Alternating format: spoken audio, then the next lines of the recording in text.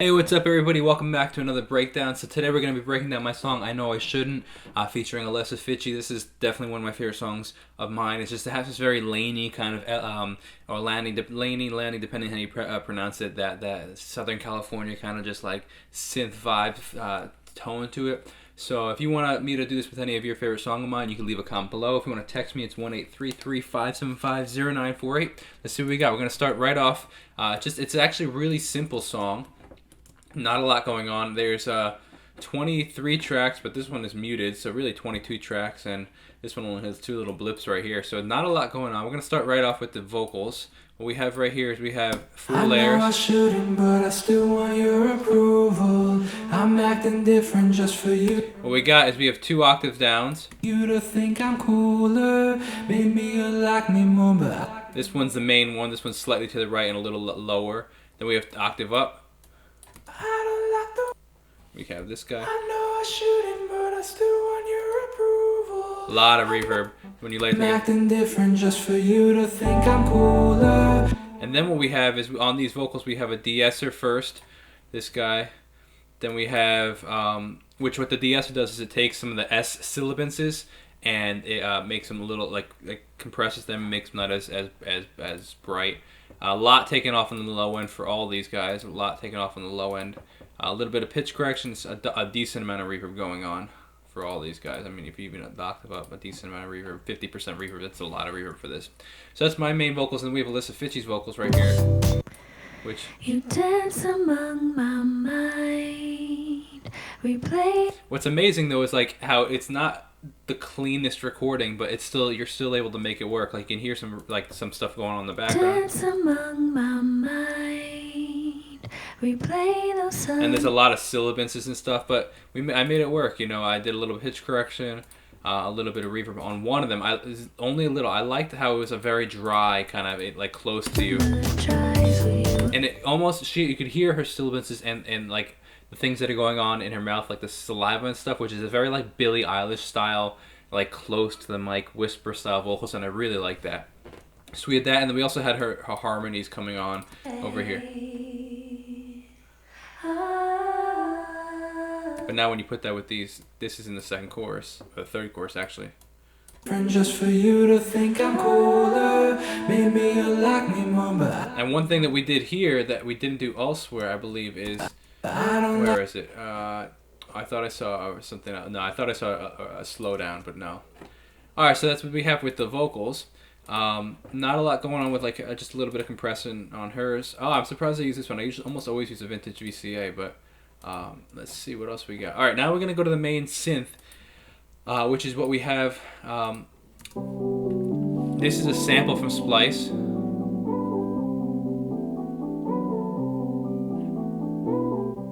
And it just keeps repeating. Now if I go to Splice, I think I could find it for us. Let's see. Let's see. Let's go to my library. Why can't I move this? Here we go. Alright, let's see. I currently do not have internet, so let's see if I could find... Will it bring it up? Let's see. It's an old one. Well, that's obviously not. That's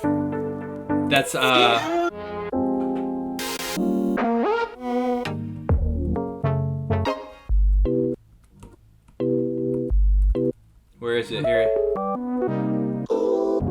Well, I believe that was the first part of the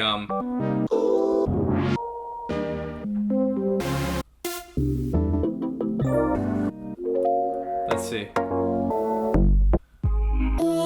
I think it's Sagana. I don't think we have. You know what we could do actually? We could type in. We don't have it.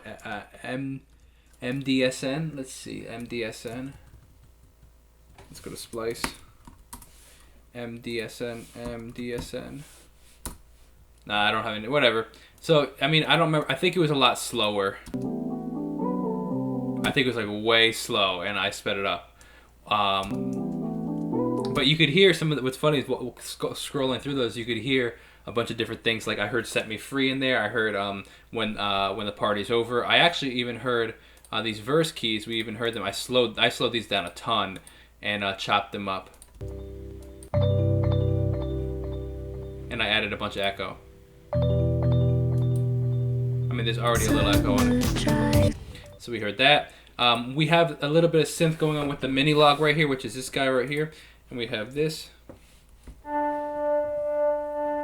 A little bit of EQ. Taking some of that like resonance out. And it's actually just a steady note, but I have it pulsing on quarter notes, a pretty heavy pulse. You can even hear. Then we have what I call boots and cats drums, which is this, then I have the drum roll coming in right here. So that's what we have with that. And then lastly, we have two other things. Like I said, it's a very simple song. We have the 808 bass coming in. We have this guy pulsing. So it's actually just single notes, but I have it arpeggiating. That's a single note right there. Bum, bum. Where is it? Coming in. Where isn't it? There it is. But I have it pulsing on eighth notes. So we have a bit of bit crusher to make it a little brighter and a little bit distorted. A little bit of reverb on it. And a ton of compression to fatten it up. Kind of dirty and fatten it up. This is an octave down. The same exact thing, just an octave down. Oh, this is octave up, actually. Sorry. Now. So you can hear that in there. And then we have the vocal chop, which is my vocals that I actually sampled. And I put them in here and I chopped them all up. And what we have now is, it turns into this vocal chop. This is the original vocal chop. So I took it, I know I shouldn't, and chopped.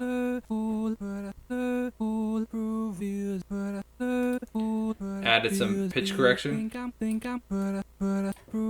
Added some EQ.